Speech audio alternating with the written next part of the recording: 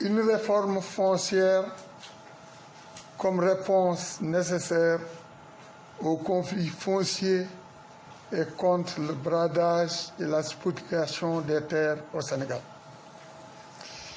Le cadre de réflexion et d'action sur le foncier au Sénégal et la trentaine d'organisations paysannes et de la société civile qui le composent suivent avec intérêt le débat sur le foncier qui domine l'actualité depuis le mois de mai 2020 suite aux manifestations contre un projet immobilier situé au bas de la colline du phare des Mamelles. Ce projet et les différentes agressions contre le littoral ont soulevé une vague d'indignation et de contestation du bradage des terres, de la spoliation foncière et de la mauvaise gouvernance du foncier de manière générale au Sénégal. Cette indignation généralisée traduit le souhait des populations d'exiger le respect de l'environnement, du droit d'accéder librement à la mer et de respirer de l'air pur pour les Dakarois. Je pense que ça dépasse aussi les Dakarois. Même nous qui venons du monde rural, on doit pouvoir respirer de l'air si on est à Dakar.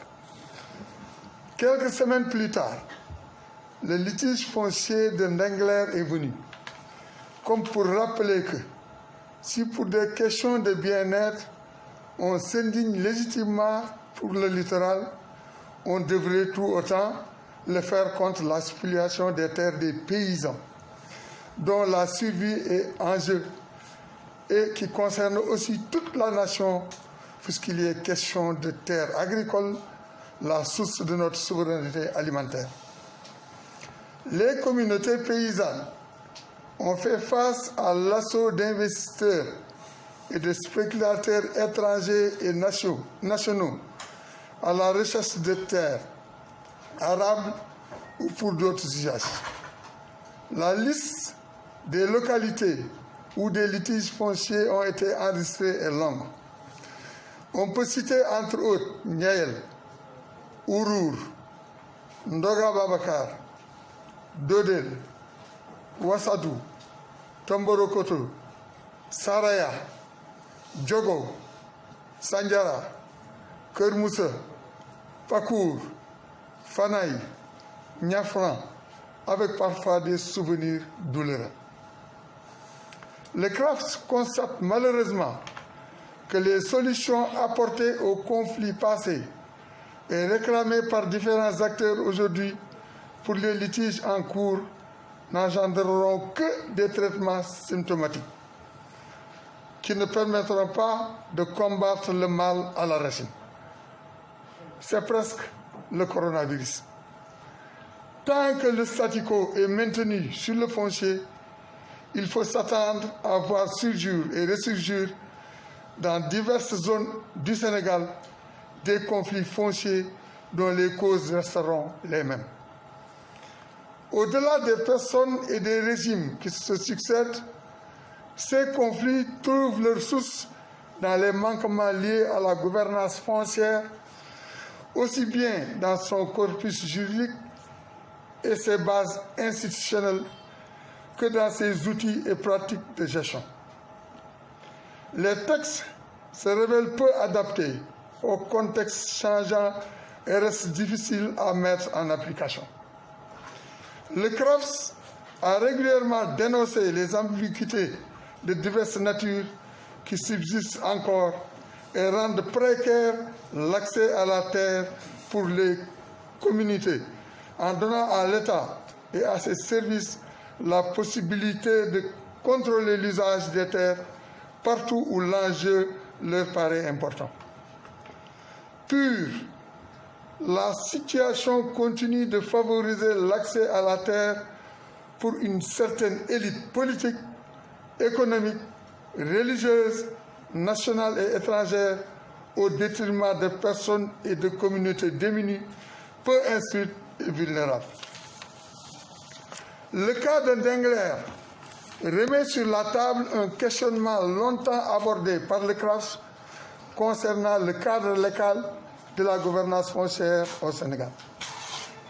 Il s'agit du passage d'une terre du domaine national à la propriété privée d'une personne physique ou morale sans que les détenteurs initiaux et les collectivités territoriales ne soient réellement en mesure de s'y opposer en cas de désaccord. Le CRAFS a toujours décrié ce traitement express réservé aux procédures domaniales touchant aux intérêts de certains acteurs.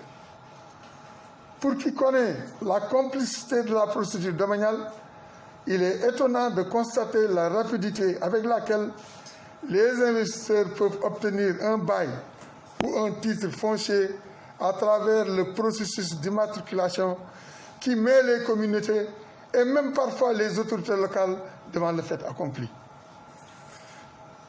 Elles se retrouvent victimes de spéculations qu'elles n'avaient pas les moyens de détecter et de prévenir quand elles octroyaient des droits d'usage sur les terres à travers les affectations, souvent sans soupçonner que ces terres puissent devenir à leur insu la propriété privée de l'affectataire.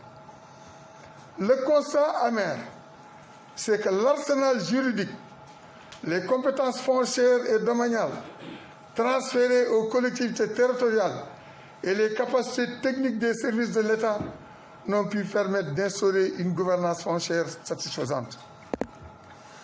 C'est pour cette raison que le CRAFS estime que seule une réforme foncière inclusive et une volonté réelle de faire appliquer les textes peuvent apporter des réponses adéquates à ces conflits fonciers récurrents. L'État a entamé depuis les années 90 un processus de réforme qui n'a toujours pas abouti. À son arrivée au pouvoir en 2012, le régime en place avait manifesté sa volonté d'aller de l'avant sur la réforme foncière, une réforme phare du plan Sénégal émergent. Le CRAFS avait salué cela et pendant 5 ans, il a pris part au processus de réforme foncière qui s'est voulu inclusif avec la mobilisation des différents acteurs à tous les niveaux. Une réforme foncière